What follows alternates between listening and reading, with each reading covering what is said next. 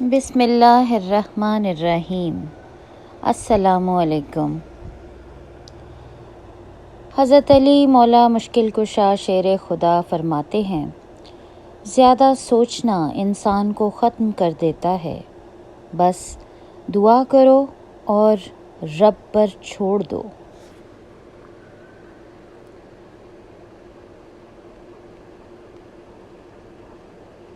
Depression کی دعا۔ Depression میں سورہ توبہ کی یہ آخری آیت تلاوت کرتے رہا کریں۔ حسبی اللہ لا الہ الا ہوا علیہ توکلت وہو رب العرش العظیم۔ مجھے اللہ ہی کافی ہے، اس کے سوا کوئی معبود نہیں، میں نے اس پر بھروسہ کیا اور وہی عرش عظیم کا مالک ہے۔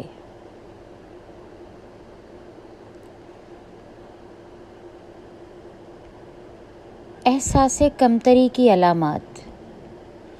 ہر چھوٹی بات پر معافی مانگنا، اپنی کامیابیوں کو بہت چھوٹا سمجھنا، لوگوں کو ہمیشہ خوش کرنے کی کوشش کرنا، اپنی خوبیوں اور خامیوں سے آگاہ نہ ہونا، ہمیشہ جذباتی رویہ اختیار کرنا اور رو رو کر لوگوں سے ہمدردی وصول کرنا۔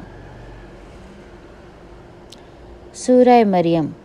جب تمہارا نفس اور شیطان تمہیں وسوسے دلوائے کہ تمہاری دعاؤں کا کوئی فائدہ نہیں ہونے والا، تو خود سے وہی کہو جو حضرت ابراہیم علیہ السلام نے کہا تھا کہ میں صرف اپنے پروردگار کو پکارتا رہوں گا، مجھے یقین ہے کہ میں اپنے پروردگار سے مانگ کر کبھی محروم نہیں رہوں گا۔ سورہ رحمان۔ سورہ رحمان میں اللہ تعالیٰ نے انسانوں پر 3 عنایات کا ذکر کیا ہے، اور وہ عنایات یہ ہیں کہ موت کے بعد مردے کے جسم میں بدبو پیدا کی، ورنہ کوئی بھی اپنے پیاروں کو دفن نہ کرتا۔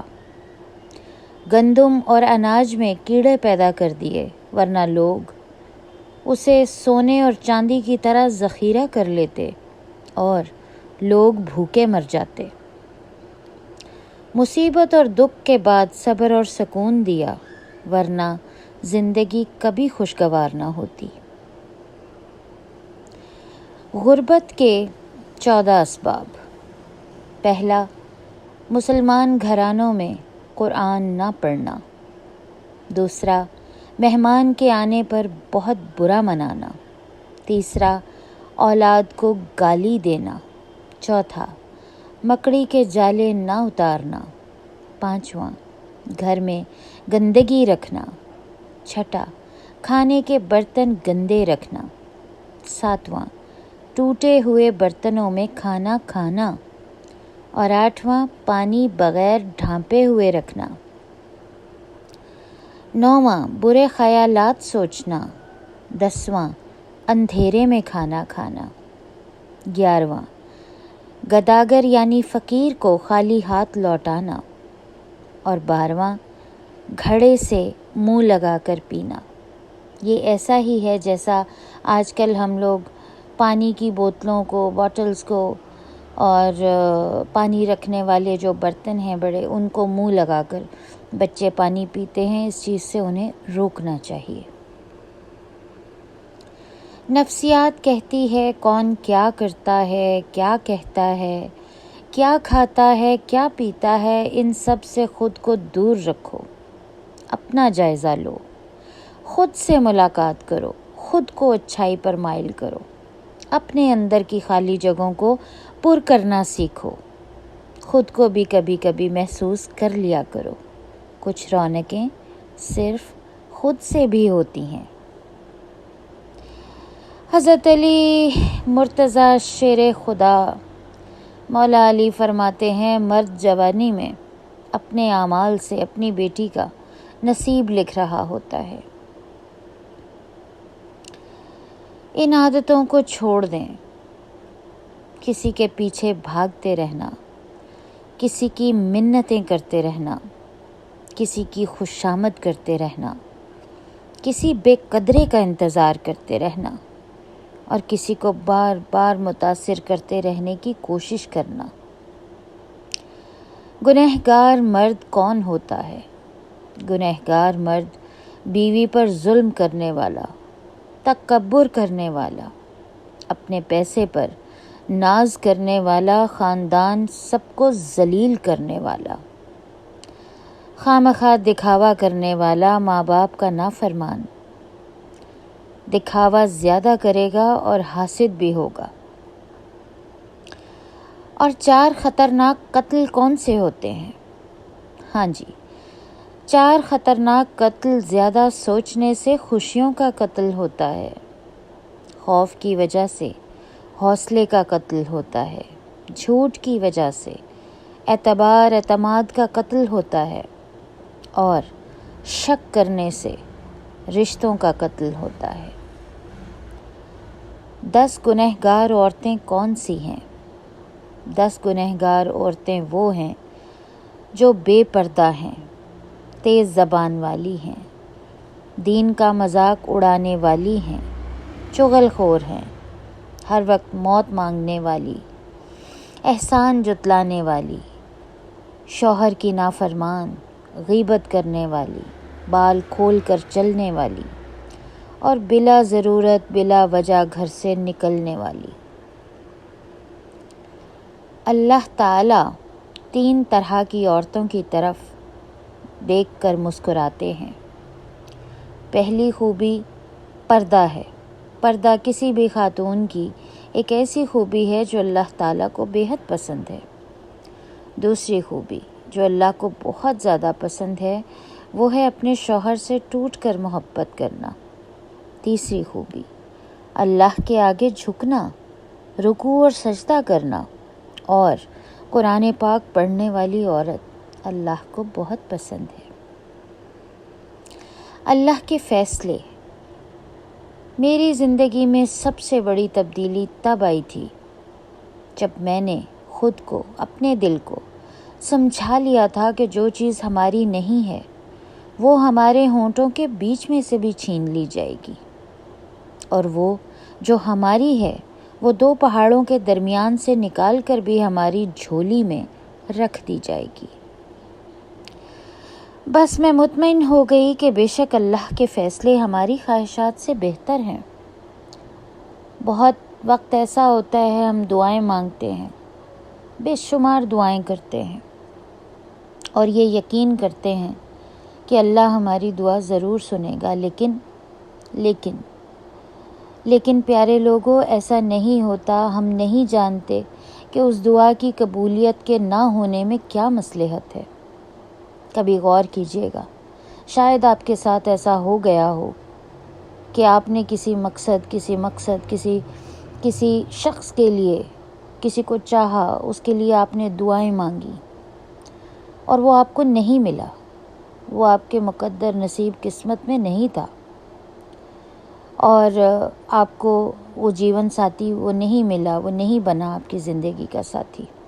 اس وقت آپ اللہ سے بہت ناراض ہوتے ہیں، دکھی ہوتے ہیں، لیکن کچھ برس گزرنے کے بعد جب حقیقتیں سامنے آتی ہیں، کڑوی سچائیاں اللہ تعالیٰ آپ کو دکھاتے ہیں، تو بہت سے لوگوں نے اپنی بہت ساری دعاؤں کے ناقبول ہونے کے لیے باقاعدہ شکر کیا ہوگا کہ اے اللہ تو نے بہت اچھا کیا اس وقت جو ہماری یہ والی دعا نہیں سنی، نہیں مانی، ورنہ نہ جانے ہمارے ساتھ کتنا برا ہو جاتا۔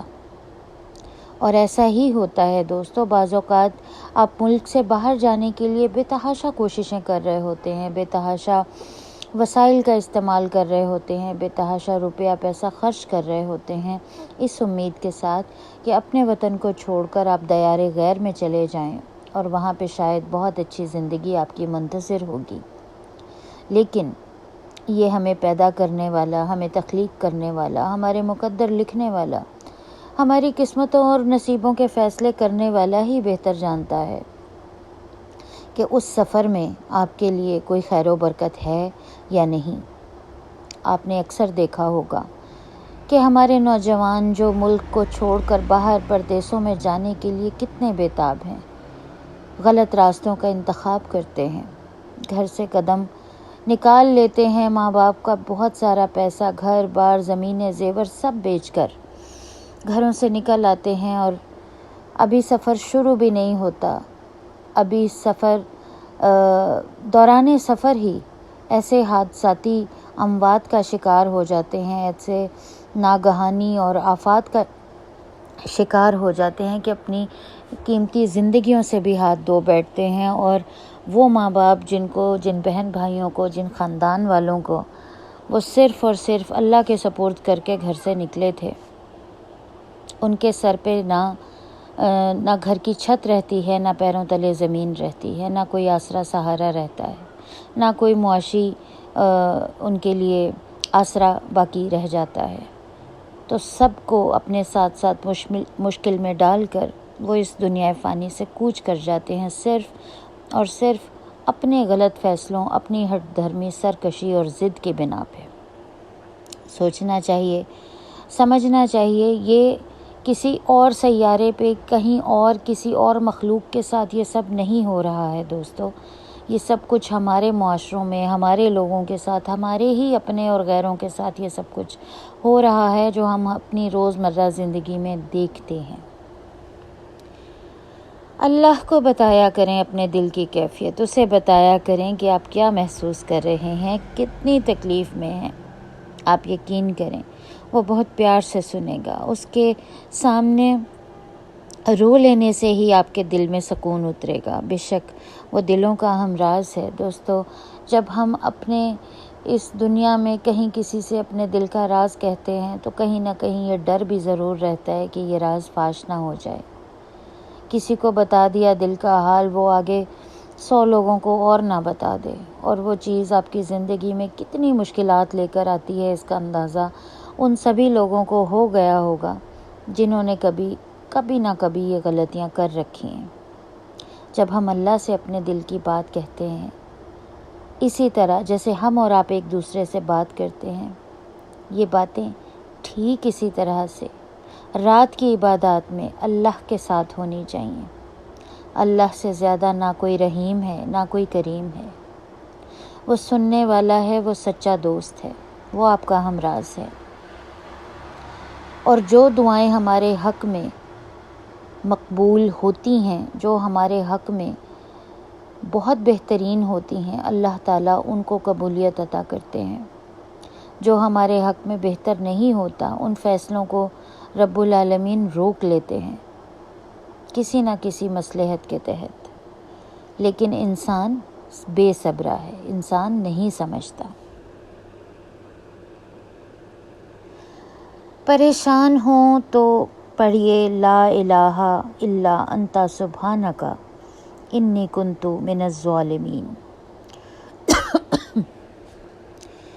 نبی کریم صلی اللہ علیہ وآلہ وسلم نے فرمایا، جتنا بھی کوئی مصیبت زدہ ہو، پریشان ہو، یہ پڑھے گا تو اللہ تعالیٰ اس کی ساری پریشانیاں دور کر دے گا۔ اپنے یقین کو مضبوط رکھیں دوستو، اللہ کے فیصلوں پہ اعتبار رکھیں۔ اللہ تعالیٰ نے ہی ہمیں پیدا کیا ہے، ہم اس دنیا میں نہ اپنی مرضی سے آئے ہیں، نہ اپنی مرضی سے جائیں گے۔ ہمیں ہمارے رب نے اس دنیا میں بھیجا ہے، ہمیں اللہ تعالیٰ نے اس دنیا میں بھیجا ہے۔ ہم اپنی دعاؤں کے لیے، اپنی حاجتوں کے لیے، ہم اپنی خواہشوں کے پورا ہونے کے لیے دعا کر سکتے ہیں، اور یہ دعائے حاجت آپ کی خدمت میں پیش کرتی ہوں، سن لیجئے اور آمین کہیے۔ دعائے حاجت: اللہ کے سوا کوئی معبود نہیں، وہ بردبار بزرگ ہے، پاک ہے۔ اللہ تعالیٰ مالک عرش عظیم کا، اور سب تعریفیں ہیں اللہ رب العالمین کے لیے۔ میں سوال کرتی ہوں اسباب آپ کی رحمت کے، اور سامان آپ کی بخشش کے، اور ہر حصہ ہر نیکی سے، اور سلامتی ہر گناہ سے۔ نہ چھوڑیے میرا کوئی گناہ مگر اسے بخش دیجیے، اور نہ کوئی پریشانی مگر اسے دور کر دیجیے، اور نہ کوئی حاجت جو آپ کی پسندیدہ ہو مگر اسے پوری کر دیجیے۔ اے سب سے زیادہ رحم کرنے والے رب العالمین۔ آپ کا دن بہت اچھا گزرے دوستو۔ میں آپ سب کے لیے دعائے خیر کرتی ہوں کہ آپ کی زندگی میں جتنے دکھ ہیں، جو مسئلے مسائل ہیں، جو پریشانیاں ہیں، کسی کو مالی پریشانی ہوگی، کسی کو اولاد کی کوئی شاید پریشانی ہو، کوئی اپنے ماں باپ کے بیماری کی وجہ سے پریشان ہوگا، کوئی اپنے کاروبار میں خیر و برکت کا طلبگار ہوگا، اور کسی کو اپنی بیٹیوں کے اچھے رشتوں کی دعائیں کرنی ہوں گی، اور وہ مائیں جو بچیوں کے رشتوں کے لیے پریشان ہیں، بیٹوں کے لیے اچھے رشتوں کے لیے پریشان ہیں، تو میں دعا کرتی ہوں کہ اللہ تعالیٰ آپ کی ان تمام دعاؤں کو آپ کے حق میں بہتر کرے اور آپ کے لیے بہترین فیصلے کرے، میرے لیے بہترین فیصلے کرے۔ آپ کی دعاؤں کی طلبگار رہوں گی ہمیشہ۔ دعاؤں میں یاد رکھیے۔ اللہ حافظ۔